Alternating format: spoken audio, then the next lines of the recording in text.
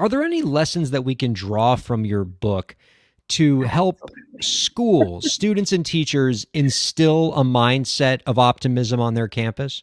100%. So let me just give you a quick rundown of what the story is so that you can kind of understand how it might fit into my main goal and dream is to get it into curriculum, because I feel like the topics that I write about in the book are so important yet super difficult to initiate with young people. And so I wrote the book so that teachers and educators and parents could have like a gateway into those conversations on mental health and perseverance and resilience and all of the things that we really want to instill in our young people, but maybe don't know how.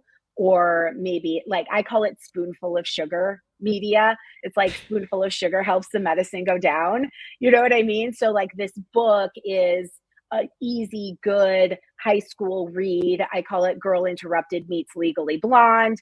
So it's got like a very like formulaic, if you will, for lack of a better term, story structure, like you're watching a movie, for example, but the topics that are written about are very heavy.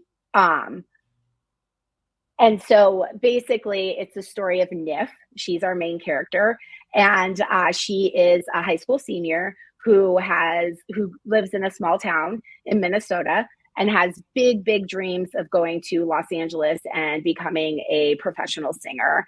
And she gets this solo in her choir presentation, if you will, and she works really hard on it, and she hits this note, and everything's coming together. Basically, her dreams are coming true, and she meets this woman who's going to feature her on TV, and so she's on her way to this like awesome TV show, and she's super excited about it, and something tragic happens, and it completely derails her dreams. She ends up with post-traumatic stress disorder. She can't read. She stutters when she talks. She forgets basic words. She's not sleeping. She's having flashbacks and panic attacks. And so obviously she can't sing because she loses her voice basically in more ways than one. And so we see her go through this journey of healing.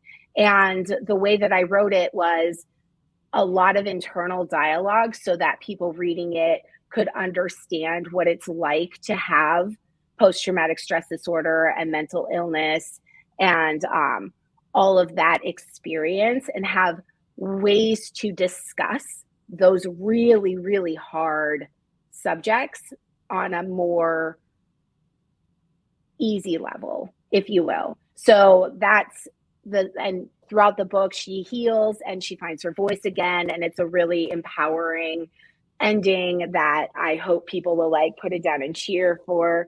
But that's essentially what the book is. And so it's kind of written, you know, as a way to like share my experience with post-traumatic stress disorder in a way that younger people could relate to, and giving them tools and terminology to use to have the conversations that need to be had.